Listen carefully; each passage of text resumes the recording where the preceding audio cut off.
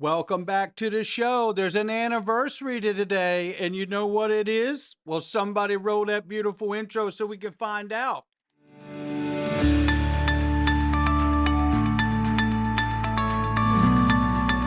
Digital Perspectives with Brad Kimes. Come on in.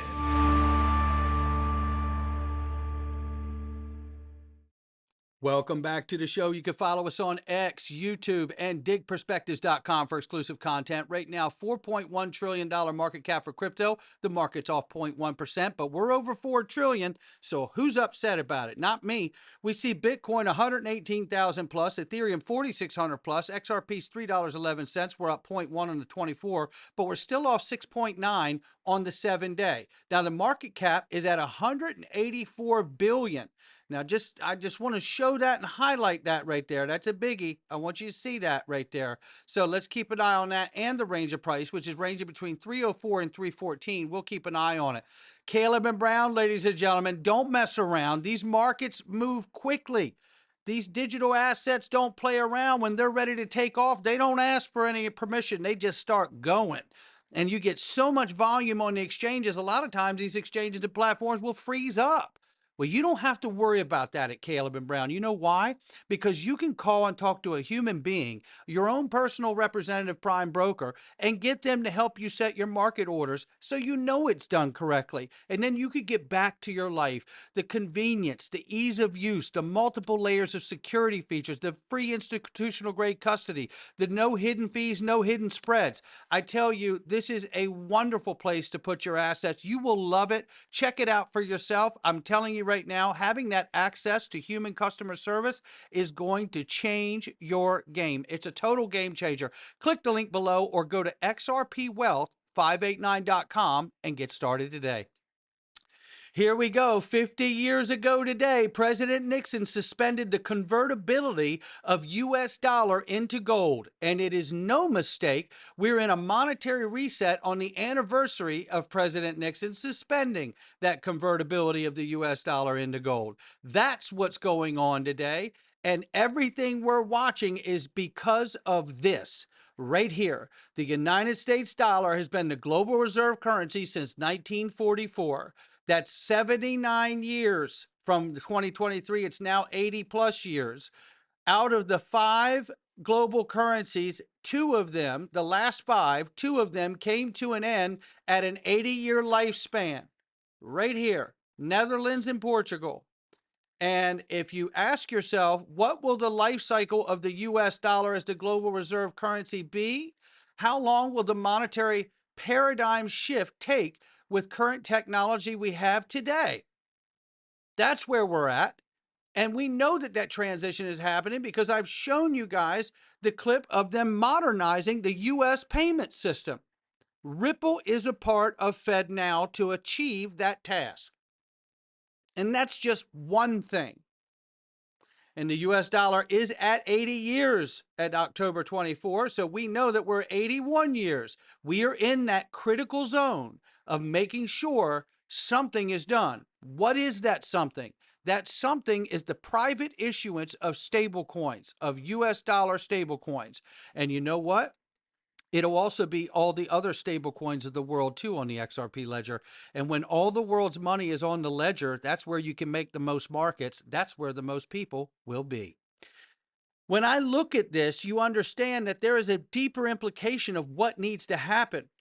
Deloitte, one of the big 4 accounting consulting firms back in the day in 2015, told everyone in the world the best way to get your technology to be used by the rest of the world is simply this. The strongest possible driver for national adoption of a cryptocurrency is for the national government to mandate the taxes be paid in cryptocurrency. Similarly, the strongest possible driver for global adoption of a global reserve cryptocurrency would be global institutions that can force.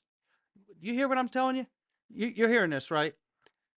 Would be global institutions that can force their will on most cross-border trade, mandating its use. Well, if all the governments release a stable coin representing their sovereign money, I'm pretty sure that they could force their will and make all the other institutions use it as a representation of money in the new digital on-chain economy. And this is Caroline Pham at the CFTC telling everybody what they worry about when the doors are closed. Take a quick listen. People are really worried that that's going to be a movement away from the US dollar as the world's reserve currency. And that is a national security issue for the United States, as well as a deeply monetary policy issue as well. So this is really, I think, things that people are thinking about, and it's things that people are concerned about. And I think there are also concerns about what does it mean, again, from a geopolitical perspective, if should another currency arise as the world's reserve currency, or if there's a non-state currency, so to speak, that becomes a world's reserve. That's another thing that I think people are very concerned about. Yeah, and it's a worthy concern, especially when you see Commissioner Pham discussing this, even as close as 2 years ago. And you can tell me it's less a conversation now or more of a conversation. It's obviously more, right? And even so, look at this. Lock in, we're going to the moon. Remember when President Trump came out and made it very clear his executive order for digital assets directed President Working Group to move forward on crypto strategic reserve that includes XRP, Solana, and ADA. Then he came back and made mention of Bitcoin and Ethereum as well. So now this is from 9 years ago. David Schwarz answering the question, is it possible the US dollar becomes a reserve currency of Ripple Protocol Network? Listen to this. It's remarkable. Now, it's different with dollars. With dollars, they connect to the real world, the non-electronic world, in various ways. And so in order to make a dollar electronic, someone has to hold that dollar and someone that you trust to pay you back that dollar on demand. Now, this is exactly what banks do in traditional payment systems. If I want to pay you money and I have $50 in my pocket, I'm probably not going to mail it to you. What I'm going to do is I'm going to have that $50 in a bank and I'm going to send you a check. But the important thing to understand about the way that trust works in Ripple is that it doesn't matter whether the sender and recipient trust the same party. So I can trust a local bank in my country or my city. You can trust a local bank in your country or your city to hold the funds. And the payments just work perfectly smoothly. So it's not like a big central system where everybody has to trust the same party, but somebody has to hold the funds, and the individuals who put those funds in the system have to trust those people who hold it. It's the same thing that you do with a check. Like if you want to receive money, you have a bank account somewhere and people pay you by making that bank owe you more money. And you're trusting the bank that they'll pay you that money. If the bank disappeared and didn't pay you that money, then those payments, you wouldn't actually be able to materialize the funds from those payments. One of the things that we're working on is getting regulated financial institutions that have FDIC insurance and analogous protections in other countries to be those trusted entities to hold the funds. That's another reason it's important to get financial institutions on Ripple. You're already trusting financial institutions to hold your money. So if you can use your local financial institutions, then it really isn't any additional trust. Now, does it address the value of XRP for our listeners and for that guy? Well, obviously, it's hard to predict the future, and there's certainly no such thing as a sure thing. Risk and reward always come in pairs. So the thinking is that if you have a large number of currencies on the Ripple network and a large number of institutions issuing them, it will be very difficult to find a direct path between two currencies. So if you have US dollars issued by a local chain and you want to pay somebody in Guatemala who gets cash at his grocery store, the probability that there'll be someone offering to trade one of those currencies directly for the other is pretty low, and that the liquidity will probably be through some intermediary currency. The Ripple network has a native intermediary currency called XRP, or sometimes called Ripples.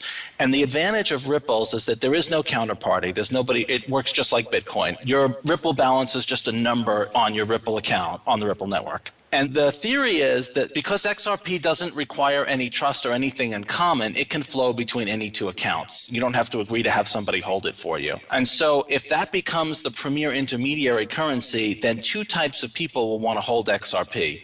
One will be people who don't know what currency they'll need next. If the path from dollars to euros tends to go through XRP, then if you don't know whether you'll need dollars or euros, it makes sense to hold XRP because then you only have to pay half the spread. And then the other thing is market makers. If you're just trying to make a market and people who are selling their dollars want XRP because that's what they need to buy euros, then if you want to be able to buy dollars, XRP is the currency that you're going to need to hold to buy them. If that's the way it plays out, then the demand for XRP will go up, and therefore the price will go up. But again, nobody's crystal ball is clearer than anybody else's. That is certainly something that may or may not happen. So it happens automatically when you make a payment. The network finds the cheapest path. That might be through XRP, it might not. It could be through US dollars, it could be through Bitcoin. There could be multiple paths that you draw from so that you get the very best offers on multiple order books. So you wouldn't be consciously aware, unless you really drilled into what was happening behind the scenes, you wouldn't necessarily be consciously aware of what intermediary currencies you held for a notional split second. But because XRP can flow between any two accounts and is trustless, it has a privileged position inside the Ripple network that could cause it to be preferred as an intermediary currency. I see. If that happens, demand will go up. I see. Now, what if it doesn't happen? It certainly might not. It could be that, for example, the Federal Reserve decides to issue dollars directly onto the Ripple network, and everybody thinks that's the perfect intermediary currency. Although we know now that that's not going to be possible. And then XRP doesn't get that kind of role, in which case you would not see that increase in demand. I see. Is it possible that just as the USD is the reserve currency of the world right now, against what a lot of people would like to see, is it possible that the USD could eventually be the reserve currency of the Ripple protocol, Ripple network? It's certainly possible. And there you have it right there. That's 9 years ago. You're telling me that it was lost on them that they should have launched a stable coin? You're telling me that it's lost on them that they could have done smart contracts or NFTs direct? No. They didn't do these things because they know if they were going to get, once they got sued, if they had done those extra things incorporated on the ledger, it would have been more legal battles for them going through the legal fight. You got to go through the legal gauntlet if you want to be inside the financial system. They knew it, and they've known it for years. They've known it from day one how this had to go. And now they have real USD digital stablecoin. They have USDC. They have 2 euro stablecoins. They have a Singapore stablecoin. They have a Brazilian real stablecoin. This is what's going on. USD Brazilian real stablecoin. So this is remarkable what's happening. You're going to see the proliferation of all the world's money on the XRP ledger. And then you're going to see the potential for markets to be made and pairings and settlement to be made for XRP like never before in history. And why? Because it's about replacing the petrodollar system like the CEO of Stripe testified to. All right. Stablecoins are becoming extremely popular in the payments network, and are operating on the decentralized network gives users a degree of financial freedom, whereas a central bank digital currency gives the government more control over private citizens' transactions and can lead to increased consequences with privacy, supervision, and overall financial freedom. We must allow for more innovation in the digital payments world, not constructing growth with a central bank for digital currency. So, Mr. Collison, does Stripe have any examples of customers using Stripe's stablecoin orchestration platform to break free from authoritarian governments or deflationary national currencies? Thanks for the question. We see many examples of this. I think of the comparison to the petrodollar system, where starting back in the 70s, the series of agreements with Gulf states created an enormous new source of secular demand for dollars. We're seeing the same thing happening today in emerging markets, where people are taking enthusiastic advantage of this new liberty and this new capability where they can hold dollars and they can, again, get direct access to the world's preeminent reserve currency. I think this is a really big deal for global liberty and for global prosperity. There you have it right there. That's the CEO of Stripe telling you that private issuance of stablecoins is going to replace the petrodollar system. Make no mistake about it. They got to get this right, or our world turns into a Mad Max sequel. And it may be fun to watch as a movie, but I'm not looking to get up and live that every day. I can tell you that, and I know you're not neither. This is why I had this conversation with Greg Kidd, early employee at Ripple. No, well, this is why I love the idea of a basket of assets, right? And I do mean like gold, oil, and digital assets alike. I mean, it just makes it stand to me. It stands to reason that that's the way you would want to go. I had a conversation a long time ago, back in 2019, with David Schwarz, where I was talking about with him about, having reserves of all kinds of different assets from all over the sector of, whether it's commodities or alike, really stabilize it. If you could underpin the dollar with all of those things, instead of just an agreement to print more or just a petrodollar agreement, then you really would have the confidence of a dollar for the next 150 years. What say you? I agree. Oh, that wasn't very tough. But I mean, you really said it well. To me, it's just a risk to not take that risk. Right. And there you have it. To him, it's just a risk to not take that risk because you're at a breaking point. There's no more kicking the can down the road. This is the turning point. This is a new monetary reset. This is your great reset, but thankfully not the World Economic Forum great reset. It is our great reset. It is our golden age. It is our renaissance. America is a young nation. We have yet to have a renaissance the way Europe has, a rebirthing and rehypothecation of innovation and medicines and technology, right? A birth of art and culture, all of it. That's the moment we're in. We are a young nation. This is our renaissance, and it involves making sure that the digital dollar is absolutely strong so it can take us through the next 150 plus years.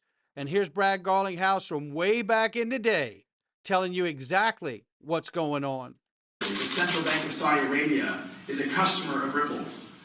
We're going to continue to work with central banks, with policymakers globally to make sure there's thoughtful regulation as this entire industry matures. Do you think that the existing issued 100 billion XRPs will be enough to cover once the XRapid service scales to a global full scale, or would there be a shortage? Well, so when XRP was created, this actually was created before Ripple existed. The creators of XRP decided there'd be 100 billion units because they saw it as rather than having a smaller number with a very high price, they saw it as something they wanted to be effectively a global reserve currency. Some things that I can't do, right? I can't give names to people like that, we've transacted XRP with, because that's not, there's NDAs and there's confidentiality agreements. So there are limits to how much we can say in terms of institutional buyers, if we sell any, if we buy any. There are some things that I can't do, right? I can't give names to people like that, we've transacted XRP with, because that's not, there's NDAs and there's confidentiality agreements. There you have it. And that's where we are today, waiting for legislation to become law. And once it's signed into law, then there's always a period of when that law takes effect. This is where we are. And this is where we're going. The success scenario from David Schwarz. Do you believe that there can be two existing world reserve currencies to simultaneously exist? I do, and I think that could happen. I think it's quite realistic that a lot of the world is just done with the dollar as their reserve currency. I think that there's a lot of places that are willing to try something else. And one of my scenarios, and I don't think it's going to play out quickly, but like one of my wild case success scenarios for a digital asset is if countries start to realize that the US dollar is not going to be the reserve currency forever. Other things are going to be the reserve currency. And the same thing that we saw with banks. Like people, when we started selling software to banks, people would say to me, why would a bank use something that like you guys were selling them when they could use something that was like made by banks? And what they didn't realize is that, only like 10 banks in the country, on the planet, are Deutsche Bank, HSBC, Credit Suisse, JP Morgan Chase, like the ones who would build a system that the entire planet would run on. For the rest of the banks, that's 6,000 smaller banks, those are their biggest, strongest competitors. Those are the entities they hate the most. They would not want to use the system built and maintained by them because it's going to be biased in favor of them, their biggest and strongest competitors. And I think the same thing could happen to nations. Like every nation would love for their currency to be the world reserve currency. That's helped the U.S., that's grown the U.S. economy, quote unquote, unfairly by leaps and bounds for decades. And every other country would be like, yeah, we'd like to have the world be the world's reserve currency. But the only countries that could possibly pull it off is the U.S. holding its position, maybe the EU, maybe Russia, maybe one or two others. But realistically, most countries know that if there's going to be a new world reserve currency that's a country's currency, it's not going to be them. And so they might actually prefer a currency that nobody can control to one that's controlled by their largest geopolitical rivals.